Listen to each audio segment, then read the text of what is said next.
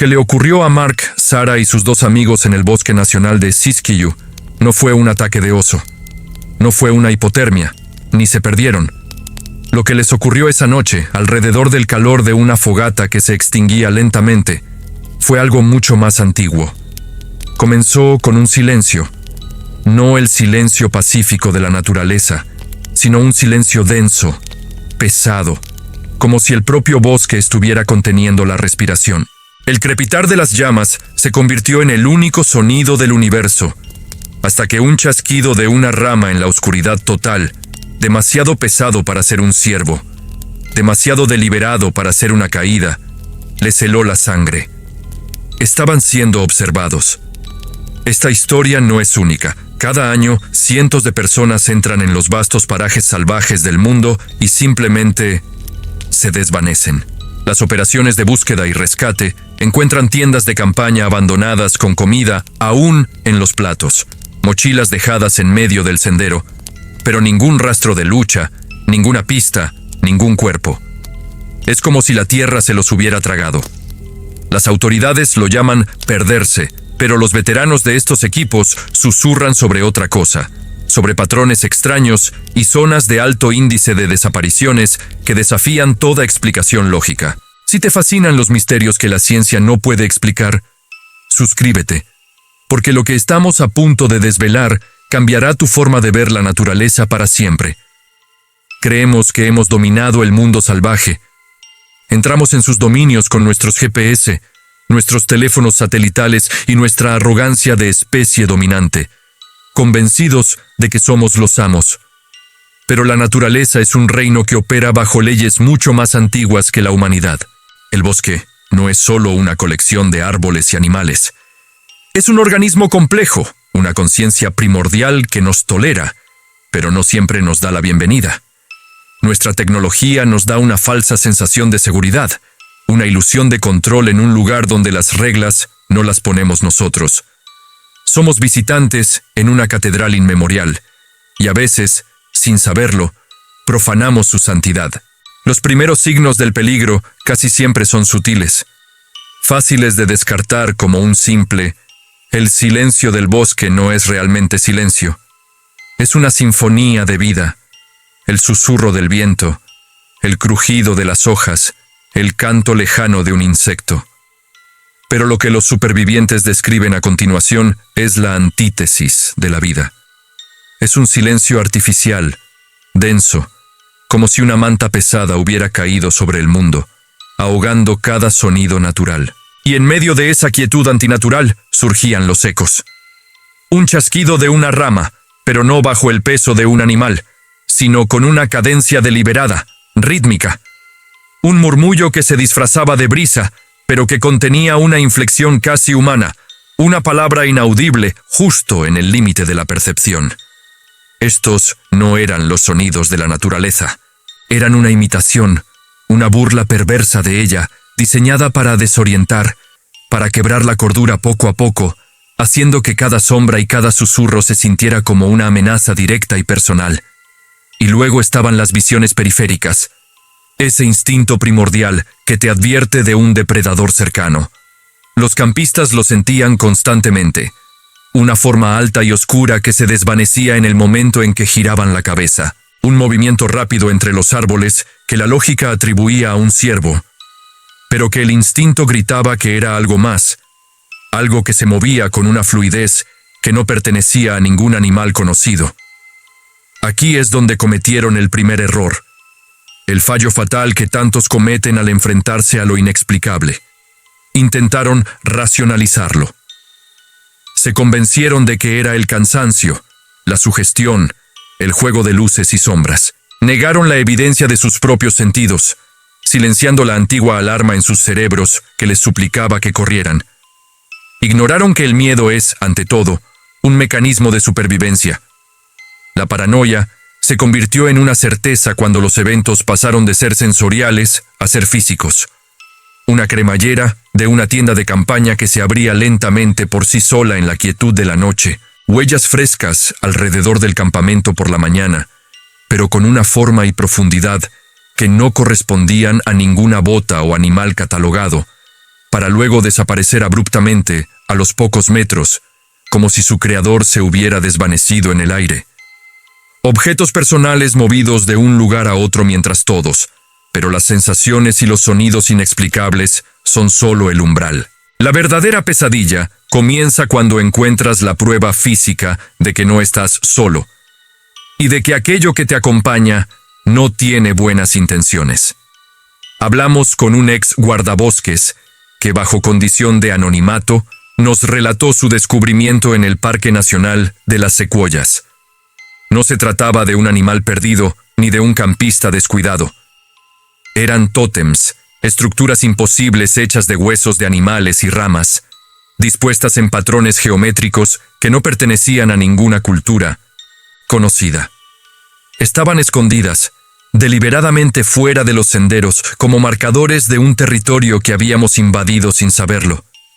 El olor, según sus palabras, era a tierra vieja y a un miedo tan palpable que casi podías saborearlo en el aire.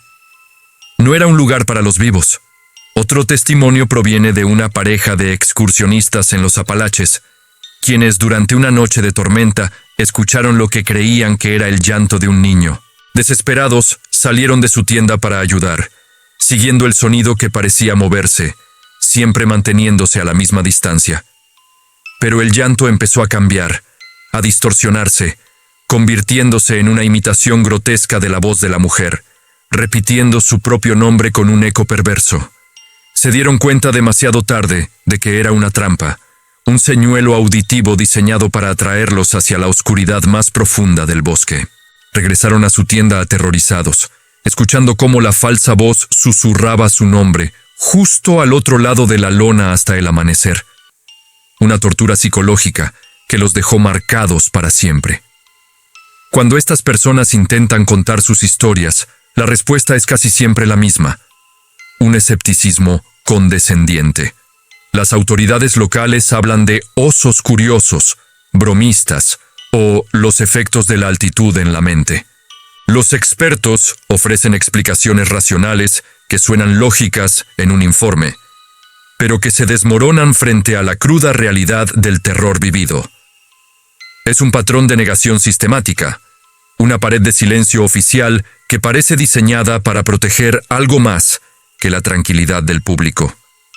Si alguna vez has tenido una experiencia que nadie te creyó, dale a me gusta a este video y cuéntanos qué sucedió en los comentarios. A veces, la verdad solo encuentra refugio entre aquellos que también han mirado al abismo y han sido ignorados. Esta negación nos obliga a hacer una pregunta mucho más inquietante. ¿Qué es lo que los expertos realmente saben? ¿Es posible que estos incidentes no sean anomalías aisladas, sino eventos conocidos y encubiertos? La verdad detrás de los sonidos y las sombras podría ser mucho más simple y aterradora de lo que imaginamos. No son fenómenos paranormales, sino algo tangible. Algo que las autoridades conocen y han decidido no enfrentar, o peor aún, contener.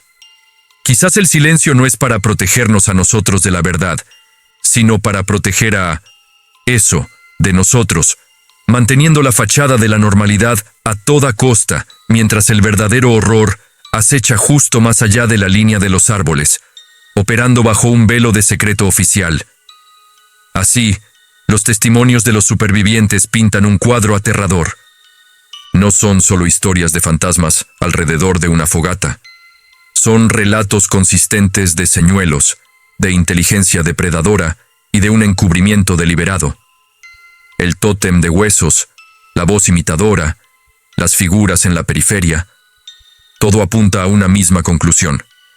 La verdad que se esconde en la selva no es un misterio de la naturaleza, sino una conspiración de silencio. Y mientras las autoridades nos aseguran que estamos a salvo, los testigos, aquellos que regresaron con el alma, el patrón finalmente se vuelve claro, no como un relámpago, sino como un pavor lento y creciente. Los símbolos tallados en los árboles, los objetos personales encontrados a kilómetros de distancia, los susurros en el límite del oído, no eran eventos aislados, eran síntomas. Décadas de informes, desde los Apalaches hasta los bosques negros de Alemania, hablaban del mismo descenso a la locura. Los expertos no ocultaban a un monstruo, ocultaban un fenómeno, un factor ambiental tan sutil y tan devastador que reescribe las reglas de la supervivencia. El detalle que nadie notó no estaba en las sombras, estaba en el propio aire que respiraban, en el suelo que pisaban. La verdad no era que algo los estuviera cazando. La verdad es que el propio bosque era el arma, y sus mentes, el campo de batalla. La revelación proviene de un conjunto de documentos geológicos filtrados, estudios que los gobiernos etiquetaron como riesgo de pánico masivo. En estas zonas específicas, una rara formación geológica combinada con una cepa única de hongo subterráneo emite infrasonidos y esporas psicoactivas casi imperceptibles. No es veneno, es peor. Es una clave que desbloquea las partes más primarias y paranoicas del cerebro humano. Durante el día, el efecto es mínimo. Una ligera ansiedad, la sensación de ser observado. Pero al caer la noche, cuando el cerebro es más susceptible, el efecto se multiplica. El infrasonido induce un estado de miedo constante, mientras que las esporas desmantelan la percepción de la realidad. No hay criatura, no hay fantasma.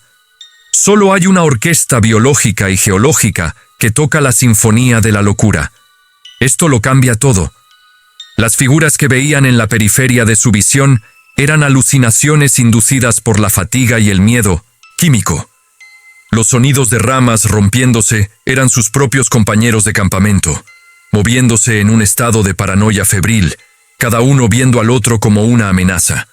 Los campamentos encontrados en perfecto estado, pero sin sus ocupantes, ya no son un misterio. Son la escena final de un colapso mental colectivo, donde los individuos simplemente se alejan huyendo de los monstruos que su propia mente ha creado, hasta que el agotamiento o los elementos los reclaman. Se convirtieron en los protagonistas de su propia historia de terror, sin darse cuenta de que ellos mismos eran los autores, directores y finalmente las víctimas. El caso que lo confirma todo es el del Campamento Cero. Un equipo de 4 científicos, conscientes de la teoría